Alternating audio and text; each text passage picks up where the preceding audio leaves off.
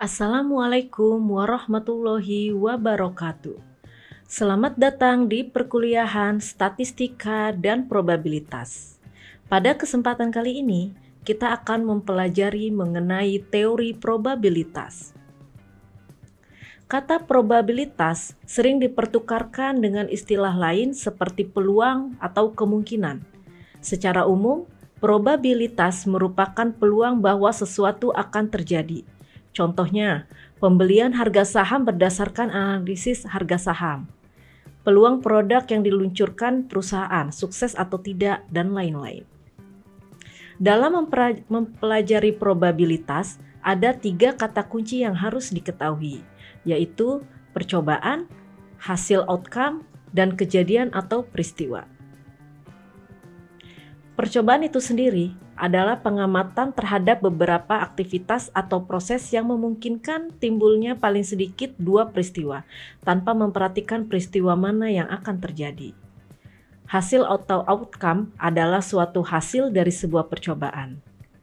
Peristiwa atau event adalah kumpulan dari satu atau lebih hasil yang terjadi pada sebuah percobaan atau kegiatan. Contohnya, dari percobaan pelemparan sebuah koin, hasil dari pelemparan sebuah koin tersebut adalah muka atau belakang. Kumpulan dari beberapa hasil tersebut dikenal sebagai peristiwa.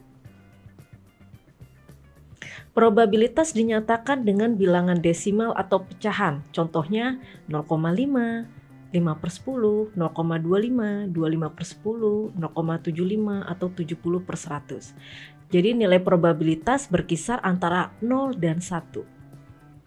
Semakin dekat nilai probabilitas ke nilai 0, maka itu semakin kecil kemungkinan suatu kejadian akan terjadi.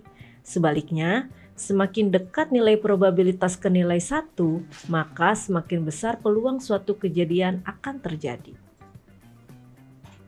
Pendekatan perhitungan probabilitas dibagi menjadi 2, yaitu bersifat objektif dan bersifat subjektif. Yang bersifat objektif dibagi lagi menjadi pendekatan klasik dan pendekatan frekuensi relatif. Pendekatan klasik didasarkan pada asumsi bahwa seluruh hasil dari suatu eksperimen mempunyai kemungkinan peluang yang sama.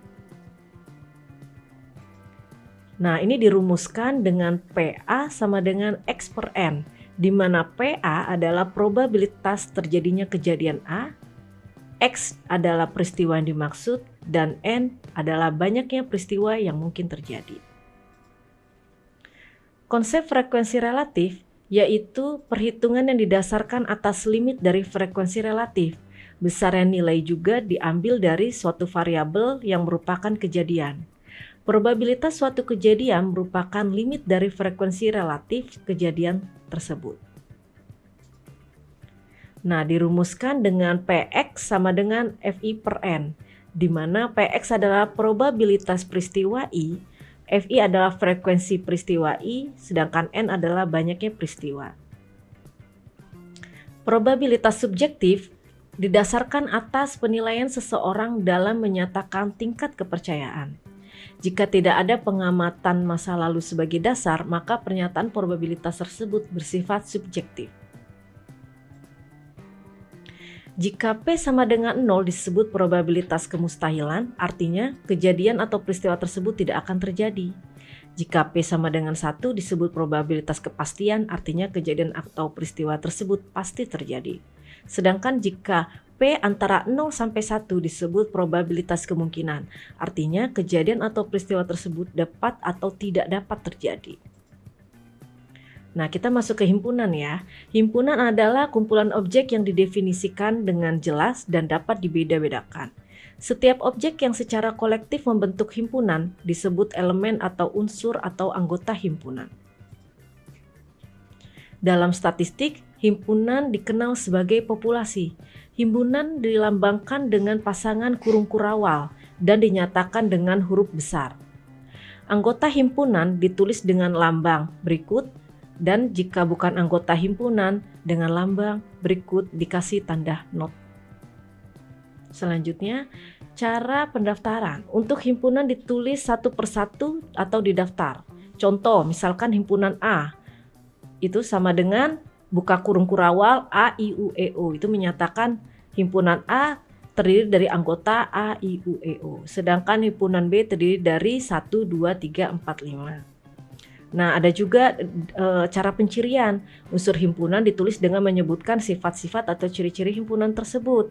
Contohnya, himpunan A, buka kurung kurawal, X, titik 2, X huruf hidup. Artinya, himpunan A terdiri dari anggota X, di mana X menyatakan huruf hidup. Begitu juga himpunan B terdiri dari anggota X, di mana X itu adalah angka 1 sampai dengan angka 5. Himpunan semesta, yaitu himpunan yang memuat seluruh objek yang dibicarakan atau menjadi objek pembicaraan, dilambangkan dengan S atau U. Contohnya, S atau U sama dengan buka kurung kurawal ABC dan seterusnya. Atau S atau U yaitu X, di mana X adalah bilangan asli. Himpunan kosong. Himpunan kosong adalah himpunan yang tidak memiliki anggota, dilambangkan dengan kurung kurawal kosong atau tanda not. Himpunan bagian. Himpunan yang menjadi bagian dari himpunan lain, dilambangkan sebagai berikut. Dalam statistik, himpunan bagian merupakan sampel. Himpunan komplement. Himpunan komplement adalah himpunan semua unsur yang tidak termasuk dalam himpunan yang diberikan. Jika himpunannya A, maka himpunan komplementnya dilambangkan dengan A not atau A garis atas. Demikian video pembelajaran kali ini. Semoga bermanfaat. Sampai jumpa di video pembelajaran berikutnya. Terima kasih. Wassalamualaikum warahmatullahi wabarakatuh.